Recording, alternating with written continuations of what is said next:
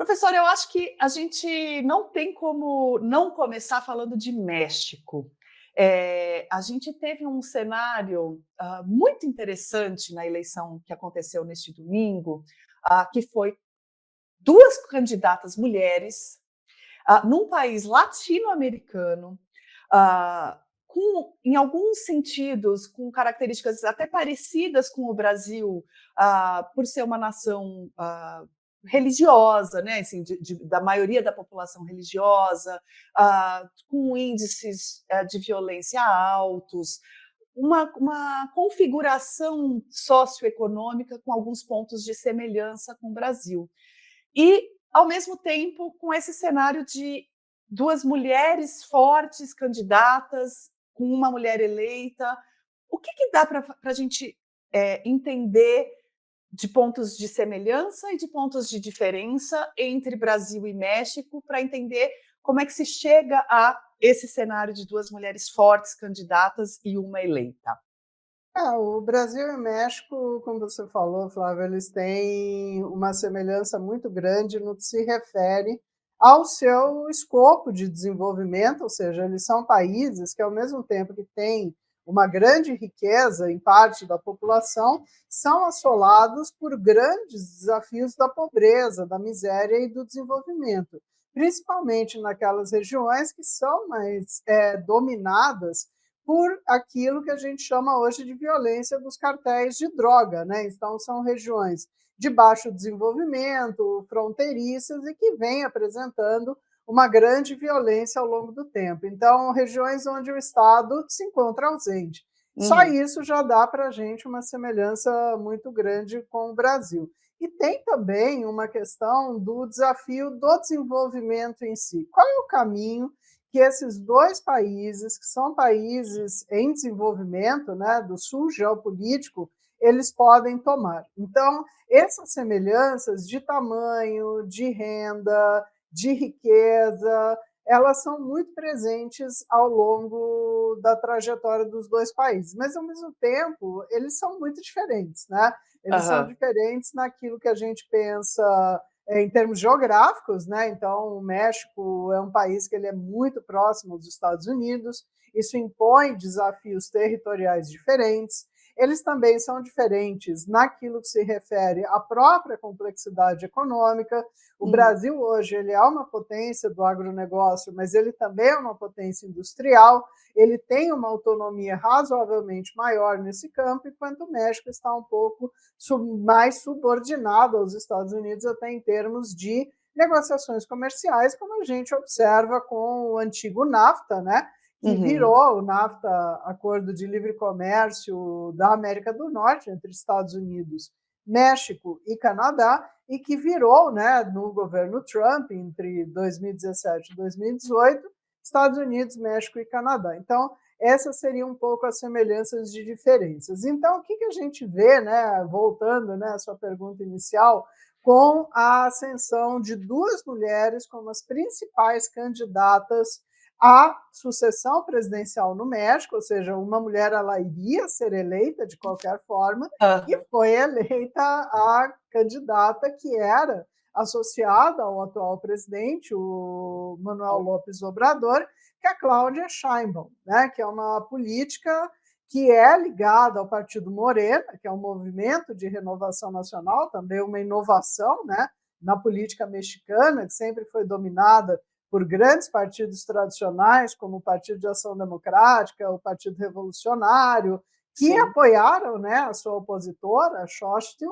Então, o que mostra para a gente é que essas duas mulheres elas chegam no momento do México se repensar, mas, ao mesmo tempo, a vitória da Cláudia nos mostra que é um repensamento dentro da continuidade.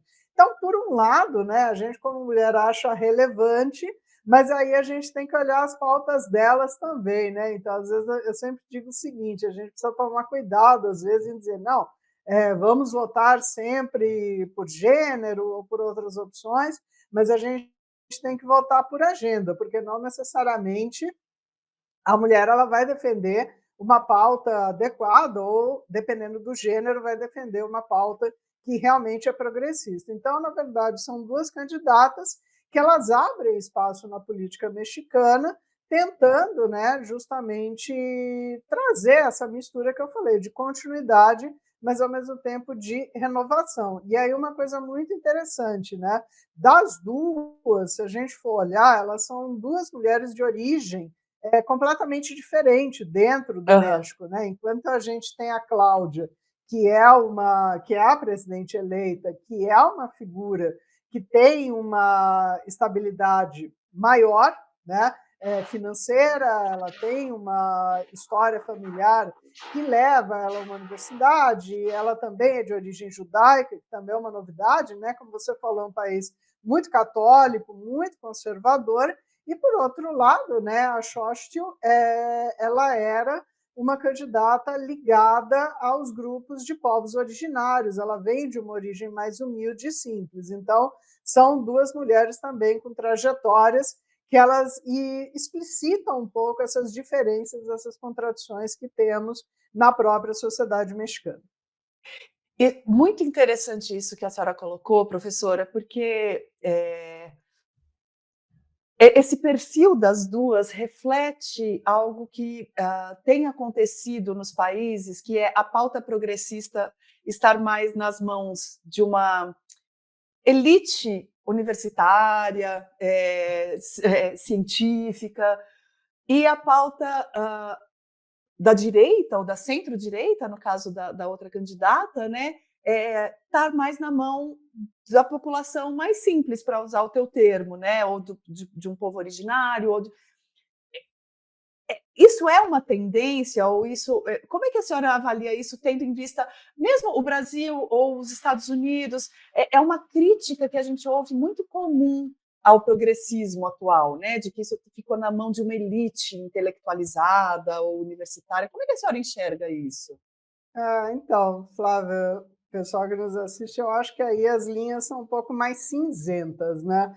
Eu teria um pouco de dificuldade em chamar a Cláudia de progressista, embora o Morena ele se coloque como tal, né? Eles têm algumas pautas bastante conservadoras, né? Então, é aquilo que eu falei, às vezes a gente desfoca um pouco. Então, por exemplo, ela é mulher, teria uma pauta mais progressista, ela acredita em mudança climática, ela não era negacionista durante a pandemia, mas eu acho que o México ele também é símbolo um pouco das nossas dificuldades, né?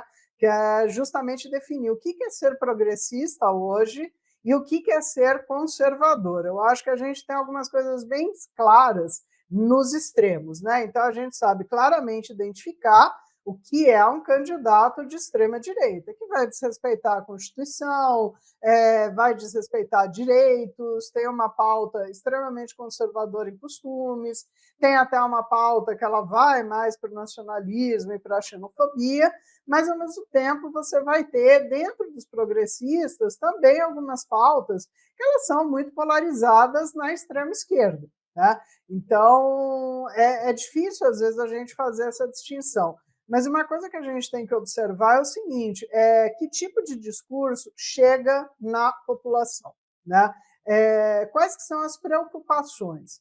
E aí eu acho que talvez a gente, como acadêmico, né, no meu caso, né, talvez todos nós tenhamos que fazer uma autocrítica no seguinte sentido: o que hoje uma população de um país com dificuldades em desenvolvimento econômico, o que ela busca? Né? Ela busca um reposicionamento da classe média, ela busca mais direitos.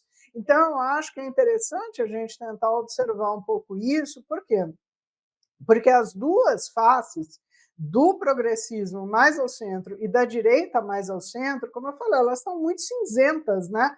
Então, de repente, uma pessoa que você acha que ela é de centro-direita, ela está defendendo uma pauta progressista. Mas essa acusação da esquerda, dela ser normalmente progressista e vinculada às elites, é tradicional, isso é histórico, né? Vem até de uma ideia da vanguarda, né? De você levar as pessoas à frente. Mas a direita tem muito disso também. Então, eu acho que, ao mesmo tempo que a gente reflete um ambiente muito polarizado nas eleições, o México não foi diferente. O Brasil não vai ser diferente nas eleições que vão vir agora em outubro. Os Estados Unidos, a gente está vendo que são o tipo ideal da polarização, mas se você vai observar, todos os segmentos de renda, de universidade, de ensino, de gênero, eles estão presentes, guardadas as suas diferentes proporções, votando para os dois candidatos. Então, às vezes, o que me parece é que as campanhas elas ganham mais ao caminhar ao centro, embora pareça que nas campanhas em si a gente só fale de polarização. Eu sei que está ficando um pouco confuso tudo isso que eu estou falando, mas eu quero aqui justamente passar isso para a gente pensar, né? Então, o que é polarizado extremo é fácil de identificar, mas essa zona cinzenta, esse eleitorado que ele pensa na economia, que ele pensa no seu dia a dia, ele pensa em saúde, educação,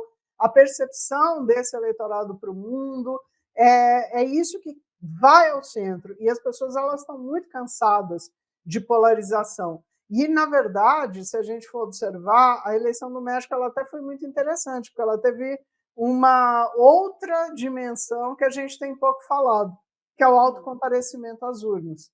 Foi alto. Foi alto, foi mais de 60%, né?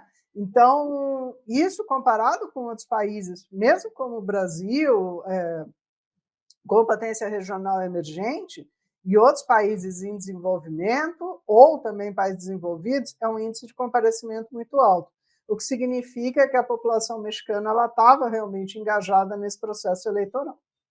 E ao escolher a Cláudia, qual é o recado que a população deu?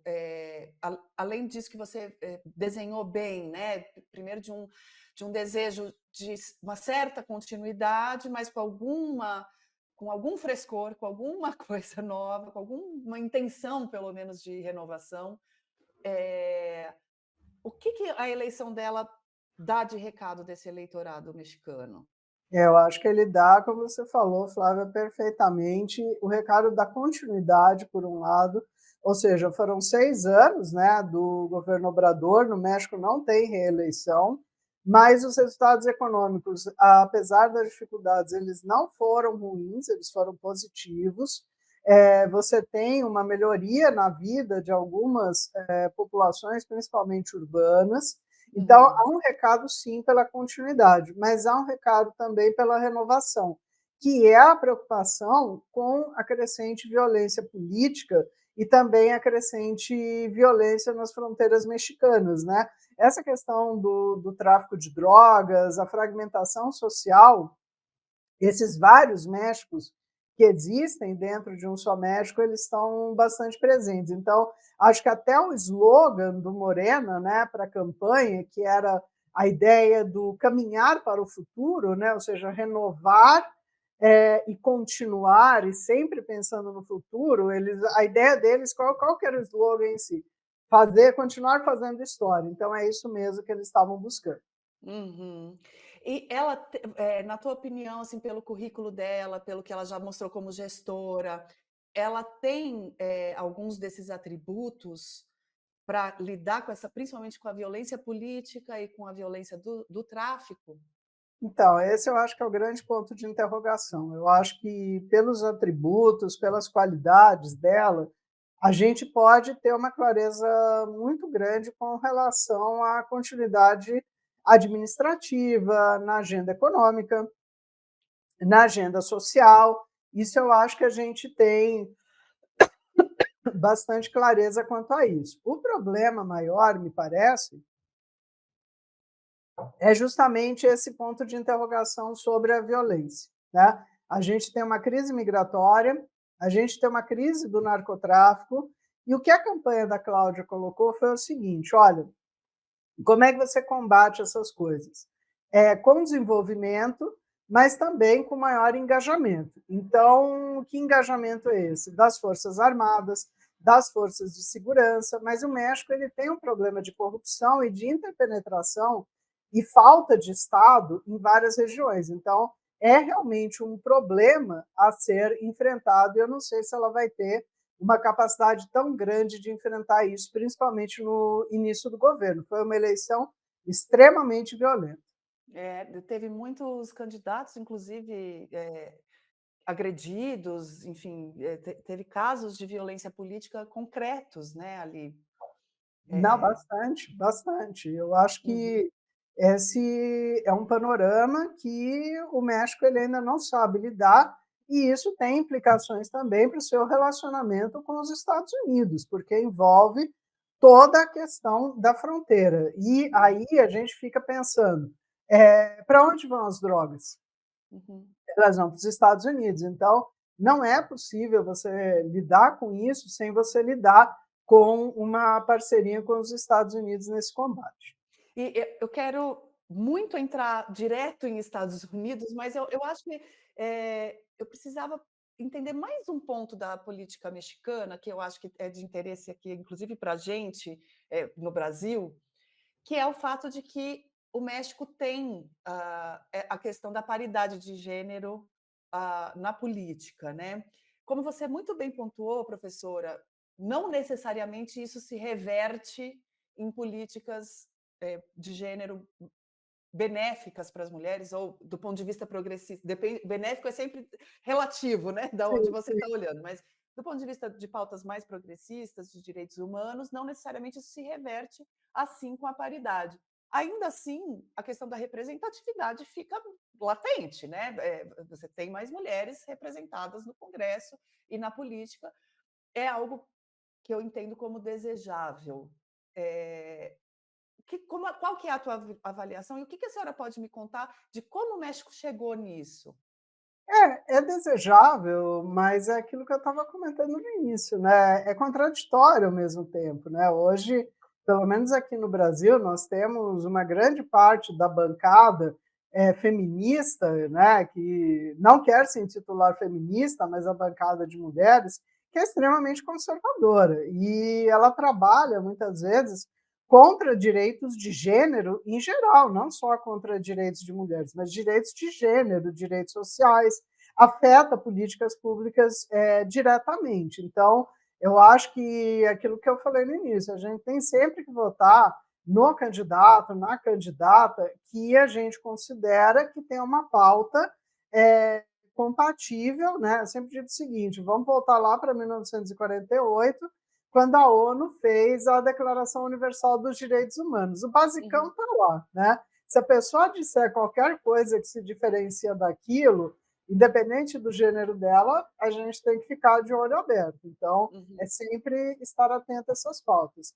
E a trajetória do México nesse campo ela foi exemplar, no sentido de você ter leis públicas para isso, de você incentivar as candidaturas, na base do gênero também, a questão que a própria candidata de oposição, a Xochitl, tem, que é ser ligada aos movimentos dos povos originários. Então, isso se constrói tanto com legislação, mas também com participação, né? E depende também muito das lideranças partidárias apoiarem essa movimentação. Então, certamente tem um lado positivo, e aí a gente tem que observar, né, como é que isso vai caminhar. Inclusive, é interessante, né, que a gente estava. Você tinha perguntado antes, progressista, se é mais conservador. A Cláudia ela deu umas declarações um pouco estranhas, né? Depois da eleição, um pouco durante a campanha também, sobre as relações da presidência com o Poder Judiciário, com o Legislativo, dando a entender que ela seria um pouco menos conciliadora que o Obrador, né?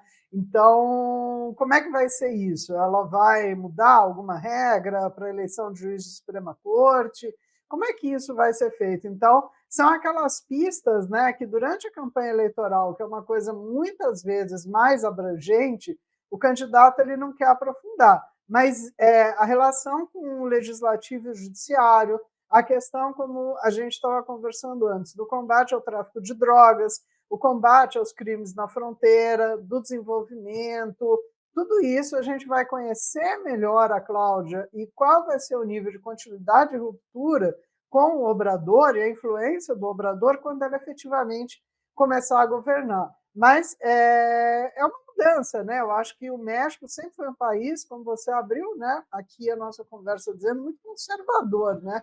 Então é algo que faz bem a gente ver algumas mudanças diárias que já vão vindo, já vem vindo desde que o Partido Revolucionário Institucional, o PRI, perdeu seu domínio tradicional da política mexicana desde os anos 90.